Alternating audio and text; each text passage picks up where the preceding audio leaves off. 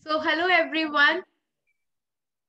And again, I'm very, very excited to have another ranker with us. That is Dr. Akansha in the recent INICT 2021. So, welcome, Dr. Akansha. Thank you so much, ma'am. Thank you. Hearty welcome to you. How are you feeling? Ma'am, I'm very happy. I've not been able to process since yesterday. It's very, very surreal. Yes. As I was talking to the other rankers also, this year was exceptional. Yeah, this was not like all the years we were having pandemic, the lockdowns, and COVID, the sickness, postponements. So a lot of negativity. So, what was that thing that kept you focused and motivated up to the pace? What was your source of, keeping your consistency? Ma'am, it has been discipline, I would say, because even throughout my 4.5 years of MBA, I've been very disciplined when it comes to studies. I've ensured that I study regularly and I finish my target. So I think that same attitude I had during my preparation also, and that is what has helped me because even I have had very sometimes I used to have good days, sometimes I used to have bad days, but even on those days, I used to finish my targets. If I have some amount, if I have to complete some modules, I would finish it or watch some videos. I would finish it no matter what. So it comes from discipline. Okay. So, discipline is the one thing that kept you motivated, that no matter how you are feeling, what the situation is, you have to go with it. But, at times, our discipline also, does not work because we are very, very low. So, everybody has that, some factor which can change that moment, which can change the mind, because I think most of the people who are preparing for the NEET or the next, like this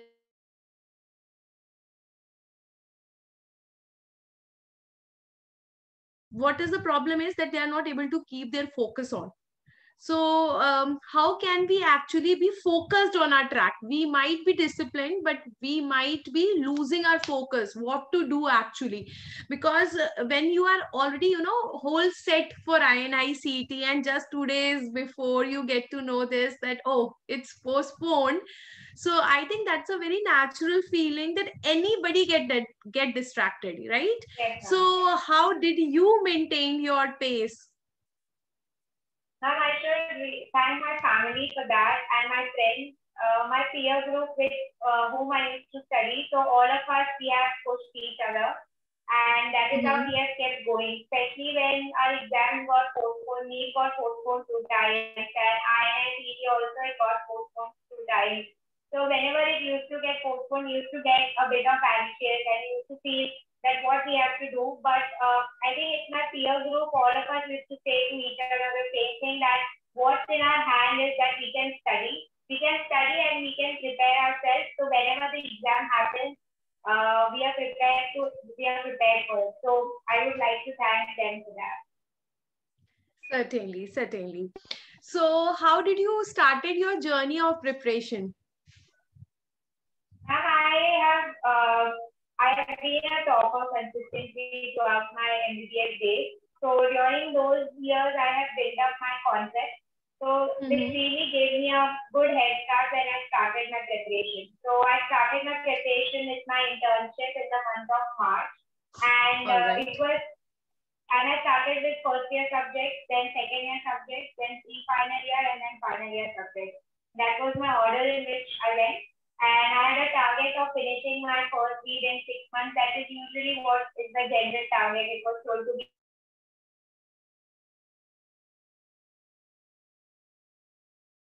months. So that is how it started, began to happen. So, I think you were associated with the test and discussion with us. Yeah. No, I'm actually I purchased only the tech series, not the Bhatia tech series which were there in the month of March because the exam then got postponed and I thought that I I needed a little more edge in my preparation. So I bought the test series of Bhatia. So how this test series helped you in maintaining your pace? Ma'am, actually, I had a plan of giving one grand test per week. So the grand test in Bharti also were arranged in that way that I used to give them one per week. And after giving grand test, once the results used to be out, I used to, more important than giving a grand test is analyzing it, taking out adequate time, and you should be able to analyze it. So I had written down all the things in one place with respect to my grand test.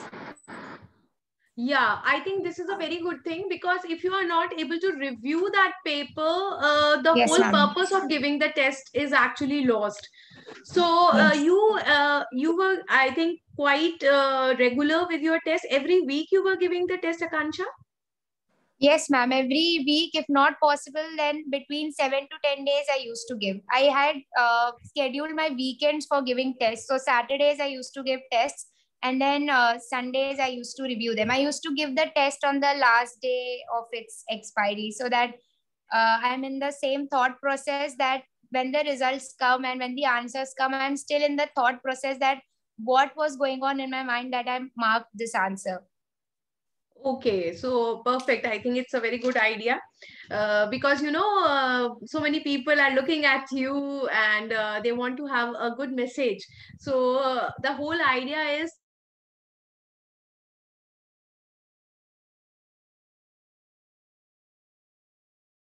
what do you feel that how much importance these tests are playing in your journey towards this amazing rank 9? Ma'am, it's the single most thing which will tell you how well your preparation is going, whether you are on right track or not. And it has to be grand test. It is not your question bank. It is not the subject wise test which you give. Because if I read a particular subject, I'm going to give its test, I'm going to score good in it. But that doesn't happen in exam. It will be comprising of all the 19 subjects. So early practice should with grand test should be started right early. The initial grand test should be given only to build up an endurance, to have that state of mind to be able to sit for 3.5 hours and attempt the question. And after doing first initial questions, we do get a kind of mental fatigue. So at that time, you should just take a 1 or 2 minutes of breath, and then you should go back and continue solving it. So the initial grand tests are for that purpose, to get oneself acquainted with what kind of questions they are asking, how much questions to leave, how to establish your safe zone that I can leave up to 4 to 5 questions, and how to attempt a question. Because if I'm not able to rule out even 2 options, I used to leave that. That has been my approach, which I've established through giving multiple grand tests. Okay. Yes, I think this is again common problem and a common query of the students, that how to approach those questions which they are not very clear about. And if you have a doubt between 2 options, then again it's a question mark that one should attempt that question or not. Yes. Not. I think वही मैं बोलती हूँ classes में भी कि 50-50 life line बहुत आसानी से मिल जाती है. You are able to rule out the first 2 options very quickly, but the next 2 options are they are harder to choose from.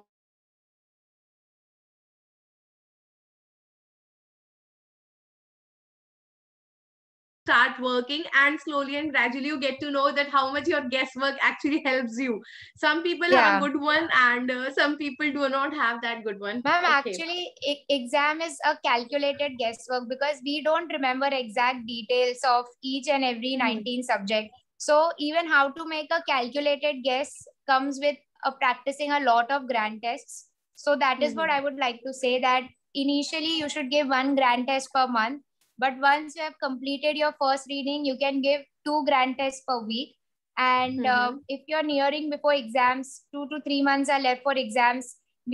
Our exams had been postponed so many times. So, and I had done multiple revisions. So I thought the only way to improve is to give multiple grand tests and then analyze it, that what could be the approach to the same topic in a different way.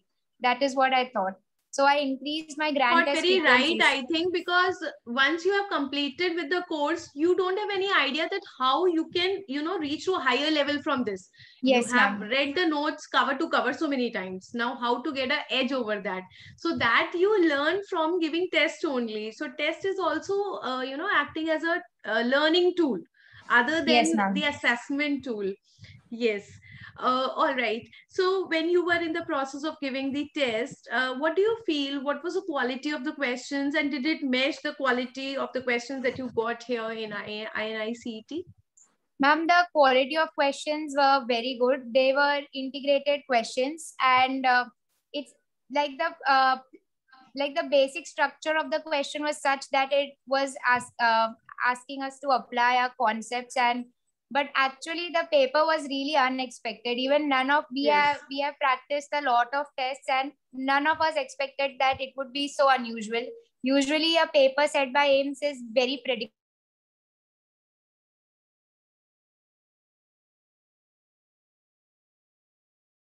I found ophthalmology to be relatively easier, and there were a lot of Yes, one they had liners not which asked were, any, controversial questions. Otherwise, they are yes. picking up the rarest of the topics, and along with that, controversy also in.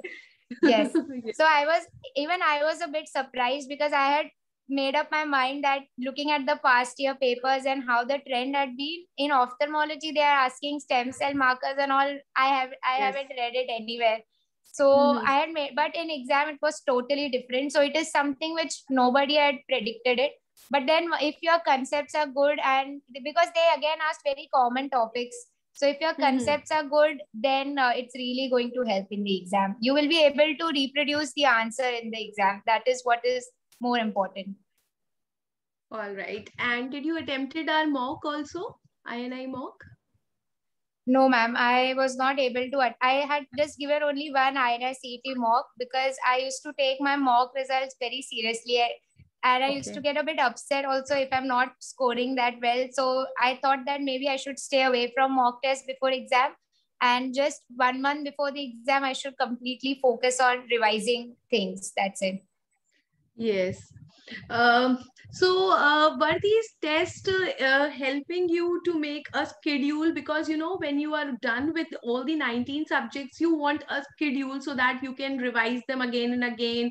You can assess yourself, and also where you are able to converge yourself. Because, every time you do not have the same number of days to revise the same Yes. subject. So, basically, it's a pyramid and you have to reach the apex. So, what do you feel that were these tests sufficient, and they were like efficient to reach to the top? Yes, ma'am. Because I have again said that the 200 questions which were there in the test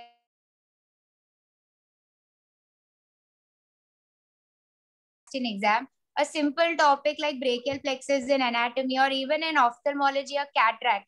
We have read cataract, what is primarily given in our notes, but what all things they can ask in cataract. Mhm. So if you give multiple tests, you will come to know that okay, ये भी पूछा जा सकता है cataract से. अच्छा, इस simple चीज को इस तरीके से पूछा हुआ है. Twist, Then twist so language कैसे हो सकती yes, है in the different questions? yes, Yes. yes, ma'am. All right.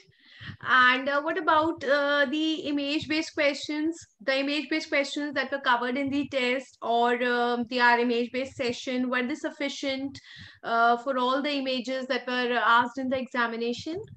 Yes, ma'am. So there are very key topics in the course for which images are asked, and I had done those images.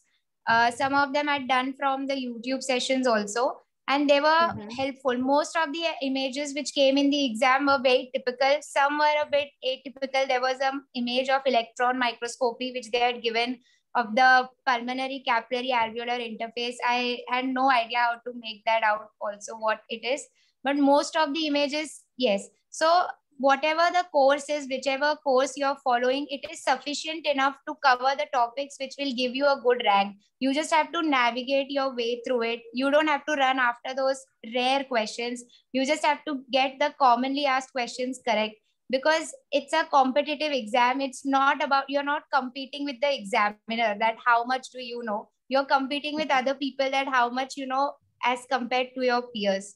So the no, the information which is given in your primary notes and the super added information from tests which we give and the past year questions, they are sufficient enough to crack the exam.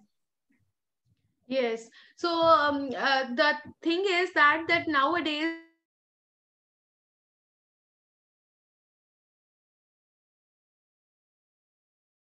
one should stick to one source, or catering to different, multiple No, ma'am. platforms is a good thing. No, ma'am. One should, this is a big mistake which one can do, is to have multiple sources.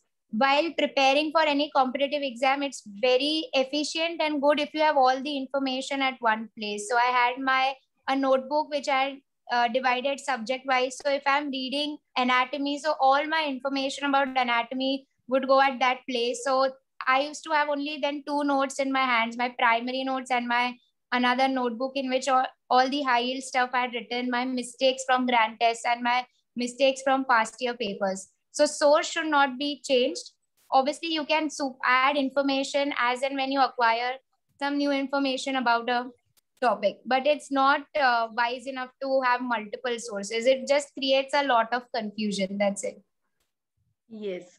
So any particular message that you would like to give to your friends, colleagues, and juniors for the upcoming examination, NEET PG, a big paper is yet to come? Ma'am, I would tell them that these last 40 days, I have seen people go from a 3-digit or 4-digit rank and they have ended up getting very good ranks in their exams. So these last 40 days are make or break. And if you can hold yourself up and study and go through all these 40 days, then you will get very good results. All right. So I think a very good message, because all those of you are able to make in this paper, we are very proud, we are very happy, but at the same time, a bigger paper is yet to come. And as she said, we have seen people, changing and converting their 3-digit and 4-digit ranks to even a single digit or a double-digit ranks. Yeah. So any important do's and don'ts, because you have told me so many do's.